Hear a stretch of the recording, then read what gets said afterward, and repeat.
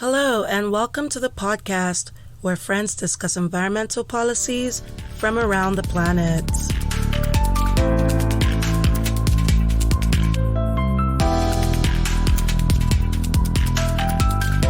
Hey everyone, welcome back to another episode of the Planet Policy Pals. We're bringing you one of our extra policies because we're on one of our not real break deals. I don't know. But here we are. We're in your ears with more environmental shenanigans because we pre-record things because we love you guys. And I'm Ala, and I'm joined here by Ajwa. Hey girl, what are you using the break to do? Hey, I'm just studying for my GRE, and let's hope I do good. Fingers crossed. Yeah, guys, send good vibes Ajwa's way, all our listeners. She's gonna ace it. So this week, the topic actually comes from Ajwa. I don't know if she remembers this, but a while back, she wanted to do like a mini series where we discussed how there are so many fires because there were so many fires when we were discussing what to do for Series 3. And we decided that it was just too much of a bummer. Even for us, even for Doom and Gloom, we were like, there's like no silver lining in these fires. So instead, we're going to highlight just how much fire has wrecked the world this year alone in this one extra policy. As you guys know, the latest report from the IPCC has warned that extreme weather is set to get more frequent, including longer and more intense fire seasons. Kind of sad. Our hope is that highlighting this further will drive home the importance of climate change mitigation because it is important. And, it's a little more serious than our previous episodes because it's kind of sad. We're talking about whole communities that have been damaged by this. So if you can help in any way, donations, volunteering your time, talking about it, we really hope that you guys go out there and do that. Especially donations, guys. People need money to rebuild their lives. So, speaking about wildfires, you guys all know what they are, but let's talk about how many we've had this year. You guys know that wildfires are a natural part of many environments, part of the natural cycle. It clears out dead underbrush and it restores nutrients in the soil. However, scientists have warned that they are becoming more frequent and more widespread, and I think we can see that. In August, a UN report blamed human activity for the unprecedented changes to the climates. Scientists from across the globe said humanity will experience more extreme weather, like we said, especially with, rising sea levels and whatnot. So then, let's talk a little bit about the numbers. I know you guys know that we try to do some of that on this episode. From January to July, the total acres of land consumed by fires globally was roughly about 3 million. The number of fires was roughly about 38,000, and the acres burned per fire were about 80 acres per fire, which is insane. That's just January to July of this year. So if you compare that, the record year for fires before this was 2011, going through the last decade or so, where they had like 6 million acres. But they also had like 70,000 fires that year. And in 2006, there were 70,000 acres. So yeah, this is not like the worst year for each of these things, but the problem is that this was a bad year to have such high numbers across the board. And unfortunately, we just don't see an end to it anytime soon. To measure the size and impact wildfires have on climate, vegetation, and atmosphere, scientists use observation from several low Earth orbiting satellites. So you can trust this information because what it does is it uses shortwave infrared data if you guys are wondering how we get this data. It also doesn't count things like reflectance from clouds, and that way you can see what the burned areas are versus the normal areas. So let's talk about some of these fires that have been just not great. The worst one, of course, is the California Dixie Fire. The Dixie Fire started on Tuesday, July 13th of this year, 2021. It burned 963,309 acres before it reached 100% containment at the end of October. This fire burned for a long time. And the sad thing is you slowly saw people start to lose interest in the news and social media, but not the people who were dealing with it. Their lives are forever changed. 950 different personnel were involved in suppressing this fire, and they're actually still dealing with its aftermath as the weather is cooling and the region is getting rain.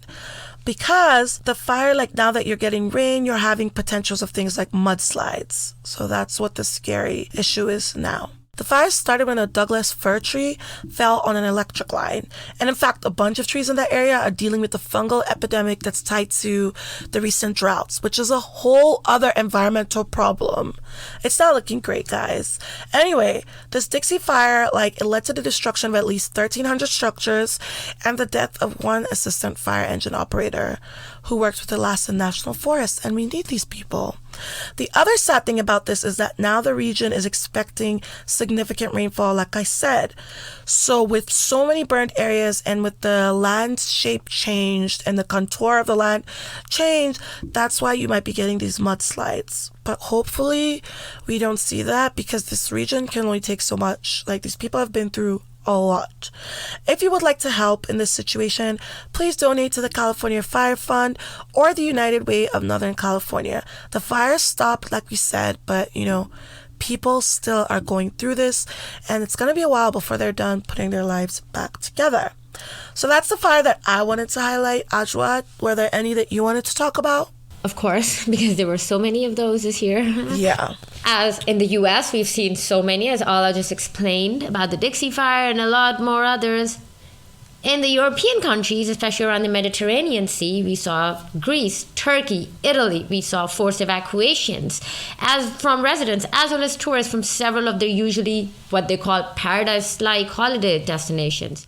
In Siberia, even though there's not a lot of people living there, in the northeast region of Russia, it had out-of-control wildfires. They have already broken annual records for fire-related emissions of greenhouse gases. So, to tell you more about this fire in Siberia, fires have destroyed about 18.13 million hectares of Russian forestry so far this year, up until September 16th only, which already surpassed the previous record of 18.1 million recorded in 2012. So this breaks the record for the worst time ever.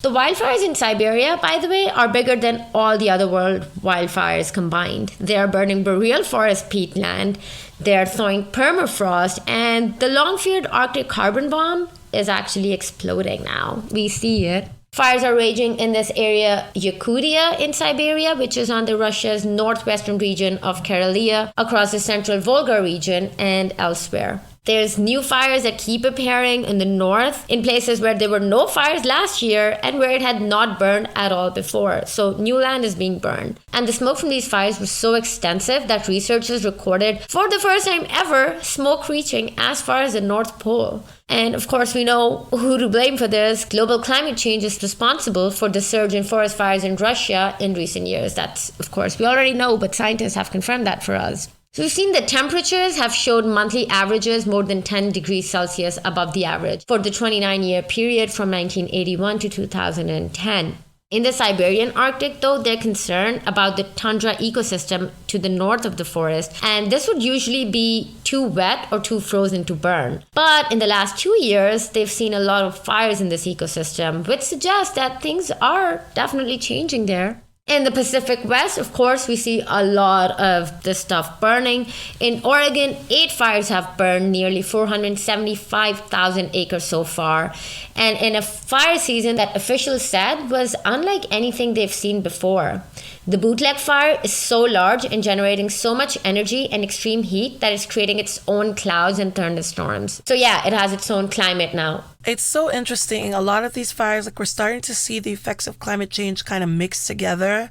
You know what I mean? The drought is affecting the fire season, and the fire season is affecting the emissions and the melting and the sea level rise, and that comes back around again. Everything is so interconnected.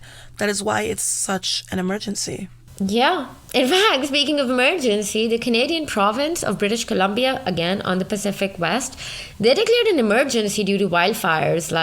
Nearly 300 active wildfires have been reported in the province. Wow. So yeah, every place in the world is practically burning. Well, that brings the end of our gloom and doom for the world burning for now. An organization that we would ask you to check out is Greenpeace. They're working on the fires in Russia. They're going around collecting data and just presenting it to us because, it's not easy doing that in Russia. Please don't come for me. And also, I mean, like, Greenpeace is kind of in it right now with the Russian government because they listed some of the companies over there as undesirable companies. You know that thing they do? Like, they are extreme in calling out people. Don't come for us, Greenpeace. Like, we're not beefing with you. But they're extreme in calling out people. Not like PETA extreme. Like, you know, they're like legit. They're a legit organization. Yeah, all shade to PETA, though. I don't care about PETA. But please let us know if there are any fires in your area and how they affected you. We really hope that you didn't face anything, but in case you did, do let us know, and how the local authorities handled it, right? Because they are the ones that are really under fire for this. I had to make the pun, guys. Oh my God, please. But that was our Extra Policy episode. Thank you for joining us for this discussion. We will bring you more Extra Policy next week when we talk about the Exxon Valdez oil spill. Ugh. And while we take a break, and then Series 3 will continue in 2 weeks, bringing you back the gloom and doom. Follow us on Twitter at Planet Policy Pal, Instagram at Planet Policy Pals, and like our Facebook page. We are still on a social media break, but if you leave a message or leave a comment, we will respond. Join us again next time, and until then, keep learning, pals!